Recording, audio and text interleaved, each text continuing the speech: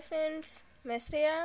और आज हम लोग देखेंगे कि 1857 के विद्रोह के प्रमुख केंद्र कौन कौन से थे और उसके नेतृत्वकर्ता कौन थे। तो विद्रोही सेना ने दिल्ली पर कब्जा कर लिया तथा बहादुर शाह जफर को भारत का बादशाह घोषित कर दिया। दिल्ली में विद्रोही सेना का प्रमुख सेनापति जफर खां बख्श था।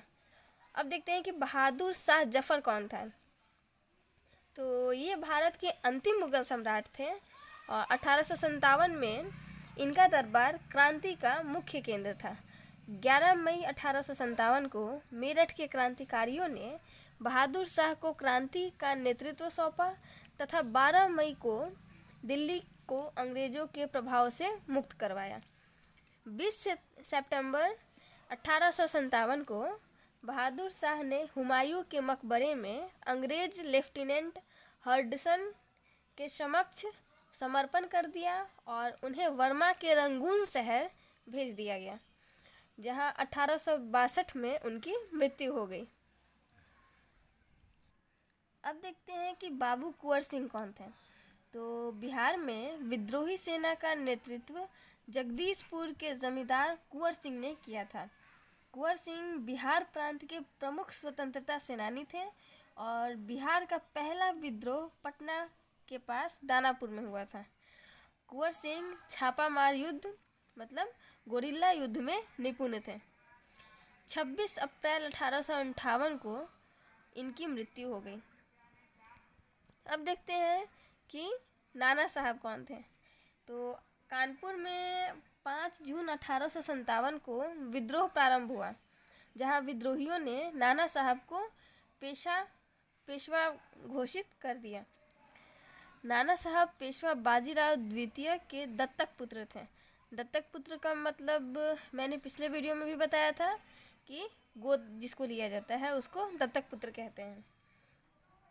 विद्रोह का प्रमुख कारण उनका पेंशन बंद होना था। नाना साहब के सैनिकों का नेतृत्व तात्या टोपे कर रहे थे, जो एक बहादुर और योग्य नेता थे। तात्या टोपे स्वतंत्रता संग्राम के महान सेनानी थे। इनका वास्तविक नाम रामचंद्र पांडुरंग था। इन्होंने अंग्रेजों के साथ संघर्ष लंबे समय तक जारी रखा और ये अंतिम समय तक लड़ते लड़ते अप्रैल 1859 में शहीद हो गए। अब हम लोग महारानी लक्ष्मीबाई के बारे में थोड़ा जान लेंगे। तो महारानी लक्ष्मीबाई के बचपन का नाम मणिकर्णिका था, जिनको प्यार से लोग मन्नू भी बोलते थे।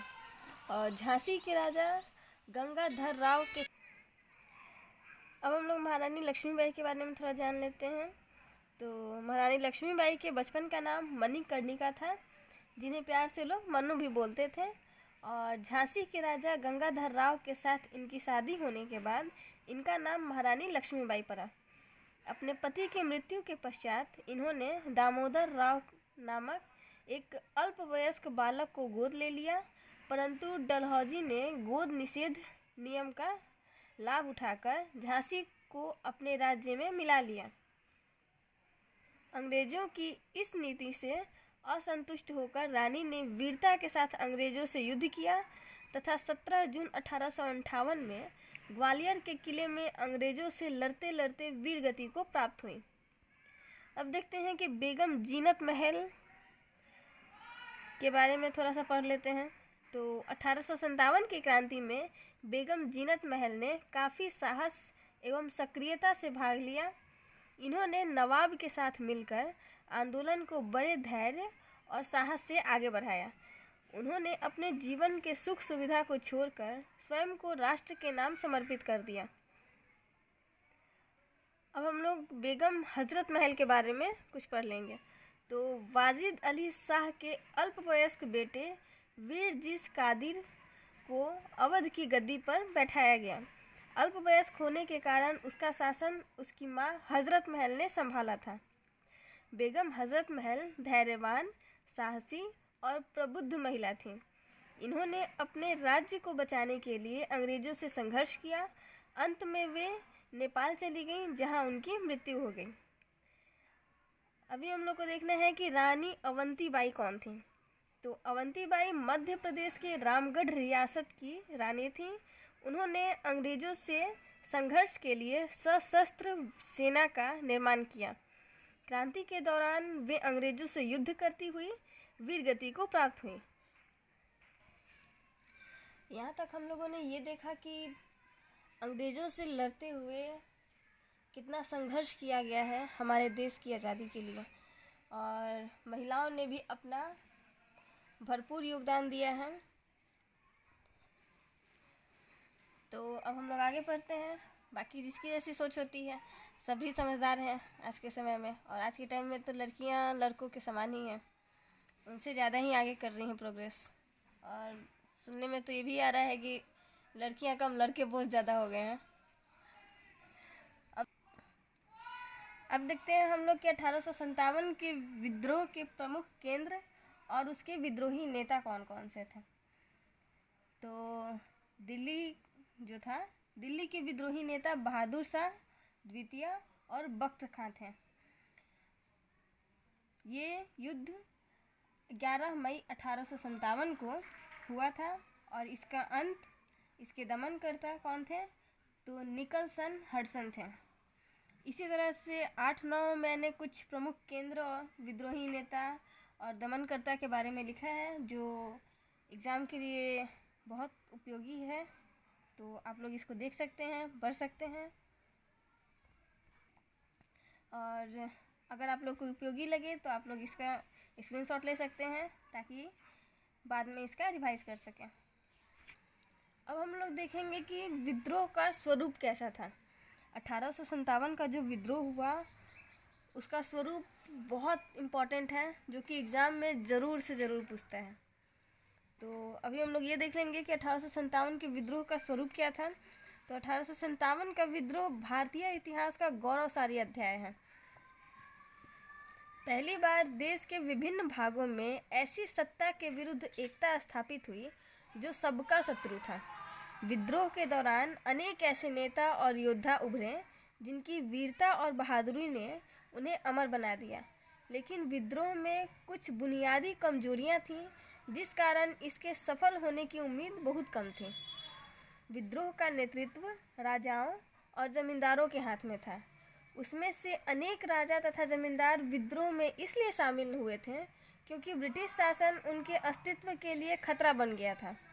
वे भारत की पुरानी राज व्यवस्था के हिमायती थे और पुराने विचारों से प्रभावित थे।